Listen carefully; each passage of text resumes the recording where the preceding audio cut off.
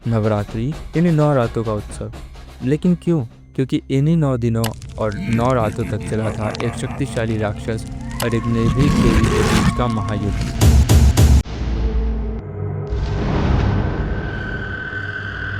महिषासुर। महिष यानी एक भैंस। महिषासुर एक शक्तिशाली राक्षस और महिष यानी भैंस के मिलन से उत्पन्न हुआ था। महिषासुर बचपन से ही देवताओं से विद्रोह करता था। दूसरे बच्चों की तरह खेलना उसे पसंद नहीं था। जब वह बड़ा हुआ तो उसकी शक्ति और तेज ऐसी थी कि देवता भी हैरान हो गए। उसकी सोच थी वो देवताओं को हराएगा और धरती और स्वर्ग पर अपना आधिपत्य कर लेगा। महिषासुर ने अपनी शक्ति को और बढ़ाने के लिए ब्रह्मदेव की तपस्या शुरू की। जल्द ही महिषासुर ने अपनी तपस्या के बल पर ब्रह्मदेव को प्रसन्न कर लिया। ब्रह्मदेव से महिषासुर ने एक अजीब सी इच्छा रखी कि उसे कोई भी देवता या इंसान नहीं मार सकेगा। उसका अहंकार इतना बढ़ गया था कि वह सोच भी नहीं सकता था कि कोई और उसे हरा सकता है। ब्रह्मा जी ने यह वरदान तो दे दिया, लेकिन एक खास शर्त रखी कि उसे केवल एक स्त्री ही मार सकती है। इसी असाधारण शक्ति के साथ महिषासुर ने देवताओं पर हमला कर दिया। उसने स्वर्ग पर कब्जा कर लिया और सभी देवताओं को स्वर्ग से निकाल दिया। तीनों लोकों में तबाही मच गई। जब सभी देवता हार गए तो उन्होंने अपनी शक्तियां एक जगह मिलाई। भगवान ब्रह्मा, विष्णु और शिव ने अपनी सारी दिव्य ऊर्जा को एक साथ मिला दिया।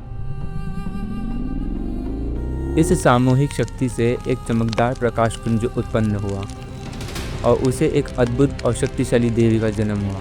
वह थी देवी आदिशक्ति माँ दुर्गा। शिव से त्रिशूल, विष्णु से चक्र, इंद्र से वज्र और वायु से धनुष लेकर वह परम योद्धा थी। उनकी सवारी एक शक्तिशाली शेर था।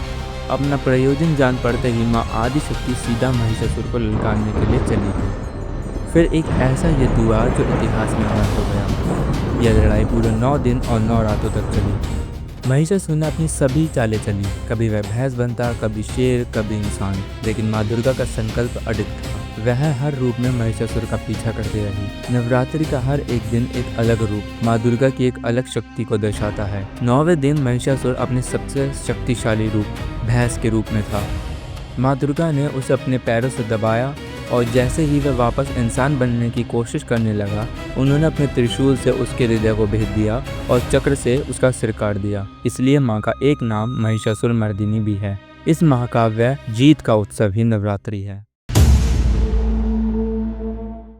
आपने कभी न कभी तो सोचा होगा कि बंगाल में माँ दुर्गा को इतना क्यों पूजा जाता है। बंगाल के लोग दुर्गा पूजा को सिर्फ एक धार्मिक अनुष्ठान नहीं, बल्कि एक सामाजिक और सांस्कृतिक उत्सव मानते हैं।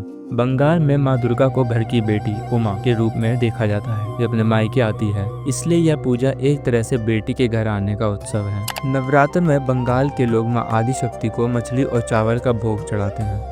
पौराणिक कथाओं के अनुसार जब महिषासुर के साथ युद्ध चल रहा था, तब माँ दुर्गा को भूख लगी। उस समय वहाँ के मछुआरे समुदाय ने देवी को मछली और चावल का भोजन कराया था। देवी ने इसे प्रसन्नतापूर्वक स्वीकार किया और उन्हें आशीर्वाद दिया।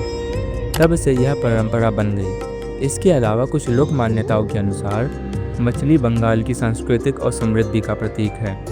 इसलिए बेटी के स्वागत में सबसे प्रिय भोजन परोसा जाता है। कोलकाता का कालीघाट मंदिर। यह मंदिर कोलकाता में हुगली नदी के किनारे स्थित है। यह मंदिर काली माँ को समर्पित है और 51 शक्तिपीठों में से एक है। पौराणिक कथाओं के अनुसार यहाँ देवी सती के दाएं पैर की उंगलियां गिरी थी। कहा जाता है इसका निर्माण 1809 में सबलना राय चौधरी परिवार ने करवाया था। माना जाता है कि जो भक्त यहाँ सच्चे मन से माँ से मांगता है, माँ उसकी सारी मनोकामनाएं पूर्ण कर देती है। यहाँ दुर्गा पूजा, कालरात्रि, महालया और दीपावली के दिन यहाँ विशेष भीड़ रहती है, जिसमें तांत्रिक आदि भी शामिल होता है। यह मंदिर बंगाल के लोगों की एक सांस्कृतिक धरोहर है। नवरात्रि सिर्फ एक त्योहार नहीं है, यह एक संदेश है। ये संदेश है कि जब अंधकार हावी हो तो शक्ति का उदय होता है। महिषासुर की कहानी सिर्फ एक राक्षस के वध की कहानी नहीं, बल्कि हमारे अंदर के छुपे अहंकार और नकारात्मकता के अंत की कहानी है। यह हमें याद दिलाता है कि बुराई चाहे कितनी ही बेशक्तिशाली क्यों ना हो, एक दिन उसका अंत जरूर होता है।